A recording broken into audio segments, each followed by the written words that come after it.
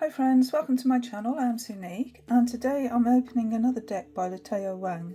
Now I've had this deck, Oracle of the Mythic Heroes, as part of my Greek studies that I'm doing, which I'm thoroughly enjoying.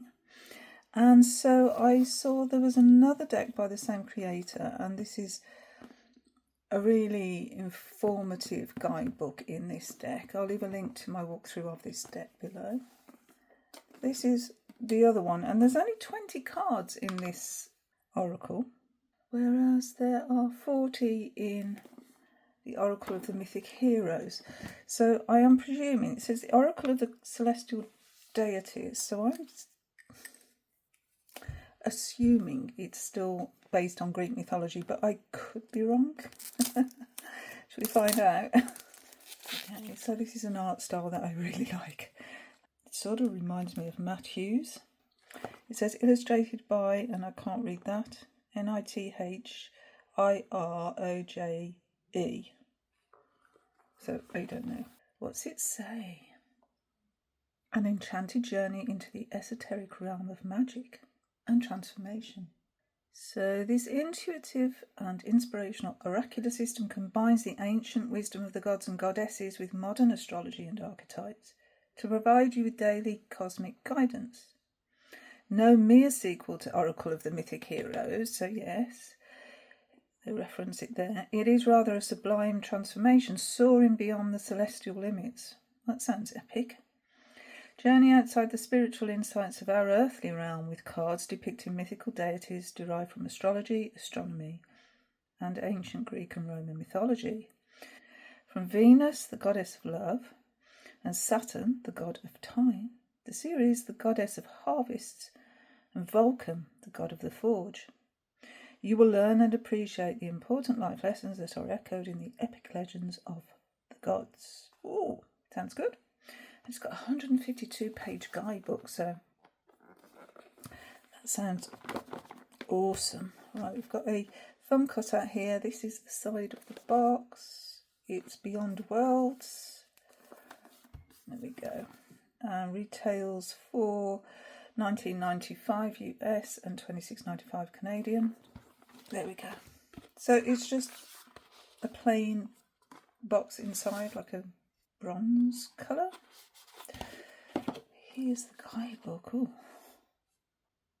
I'm presuming that's Saturn.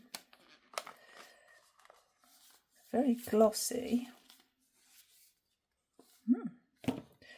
So you've got a paper band and a cutout box. Let's take them out. So yeah, there's only 20 cards in this deck, but then it's probably got everything we need. So we have the sun. Okay, so it's got keywords or a key phrase on the bottom of the card here. So we've got the sun and centre, self, and the wish to shine. And these are the backs. The sun, we have the moon, emotion and instinct. It's very stylized imagery, which I'm really into actually. Then we have Mercury, travel, communication, and the wish to adapt. So Mercury could travel between the realms. Venus, our Aphrodite here, beauty, value, and the wish to love. Mars, passion, action, and the wish to persevere. Got the blood, god of war. Aries. Jupiter, so it has Zeus here, liberation, opportunity, and the wish to expand.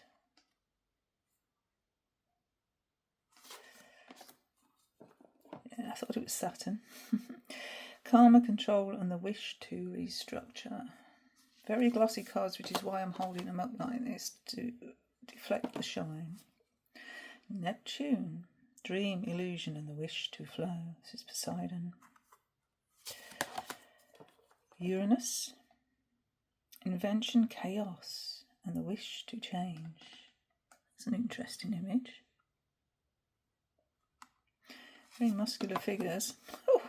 Pluto, completion, secrecy, and the wish to transform. Vesta, sanctuary, purification, and the wish to isolate. Juno, marriage, perspective, and the wish to relate. Ceres, mother, stability, and the wish to nurture. It's Demeter. Athena, wisdom, strategy, and the wish to lead. And we've got the owl in the background as well. Athena's owl. Vulcan, diligence, humility, and the wish to forge. Apparently he made Zeus's lightning bolt. Persephone, simplicity, rejuvenation, and the wish to balance. In chains. And we've got the pomegranates as well. Oh, we have Pan, anxiety, resourcefulness, and the wish to live. These pipes. Pegasus, the winged horse, friendship, freedom, and the wish to assist. We have Eros, desire, playfulness, and the wish to connect. Oh, and then Medusa, fear, reflection, and the wish to survive. Okay, so those are the cards, and they're very stylized, beautiful cards. Absolutely gorgeous. Let's have a look at the guidebook. So Saturn on the front. Here we have the contents. It's 2024. There's a foreword by Anthony Louis, who's a tarot writer. A preface and introduction, and then we're into the cards on page 31. Acknowledgements, and then about the author. So here's the foreword. Yeah, author of Tarot Plain and Simple, Anthony Lewis. It's an old book. I do have one of the original books I had, actually. Anyway, we've got a Joseph Campbell quote. And this is from Lateo Mung themselves. Introduction. If you have read and used Oracle of the Mythic Heroes, you may find these card descriptions to be familiar. The Oracle of the Celestial Deities, a deck of oracle cards that contains 20 deities and their associated planets, asteroids, and constellations, all from Greek and Roman mythology as well as astrology. There we go. If you feel particularly drawn to any planetary energy, carrying their crystals with you can bring peace and protection. Astrology for beginners. So we've got the houses there as well. We've got the signs for each one as well. How to use the deck, building a relationship, how to work with spreads. 1 card draw, 2 card, 3, 4 card. An asteroid there. A 12 card, which is the wheel, the zodiacal wheel. Positions. And then we're into the cards. Okay. So, Lateo has very kindly given us associations. So we have Sunstone for the sun. We have about 2.5 pages. Oh, there's more. Gosh, there's got, okay. Half, 1.5, 2.5, 3.5, 4.5. About 5 pages. That's really helpful. That's nice. So shall we pull a card? Oh, it's gone. Oh, look at this. Oh, we've got a fold out here. So we've got all of the planets, look. And some constellations here as well. Theorised by pre-20th century astronomers, thought to orbit between the Sun and Mercury. How cool is that? Oh, wasn't expecting that. Let's pull a card.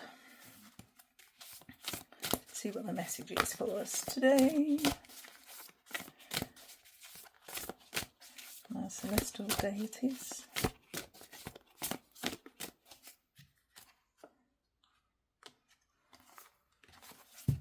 And we have Uranus. Uranus, invention, chaos, and the wish to change. Let's have a look in the guidebook. We have page 79, so it's quite easy to find. So the guidebook, it gives us a little strip here in black and white of the image that's actually on the card. It gives us the zodiac association, so we have Aquarius, and I presume this is a crystal Euclid because it's not one I know. It's crystal, because all the others are. So I'm not familiar with this one, Euclid.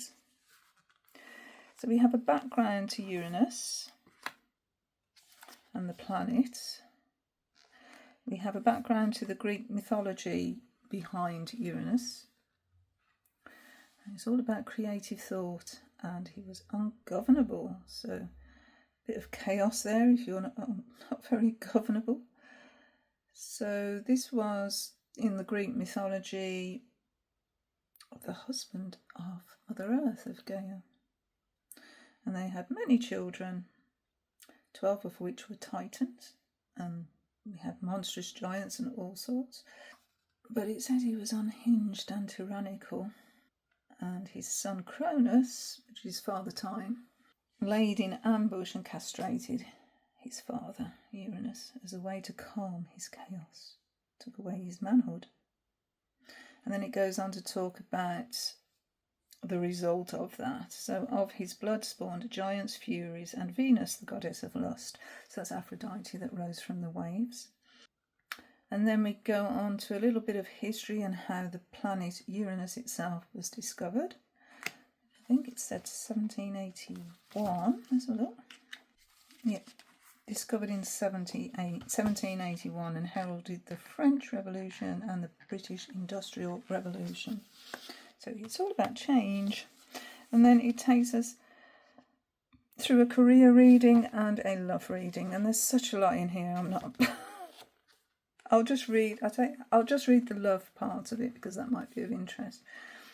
As Uranus was hidden in the unknown darkness from astrologers for thousands of years, when asking about relationships, you might feel that love is also like a star shining in the night sky, far-flung and out of reach.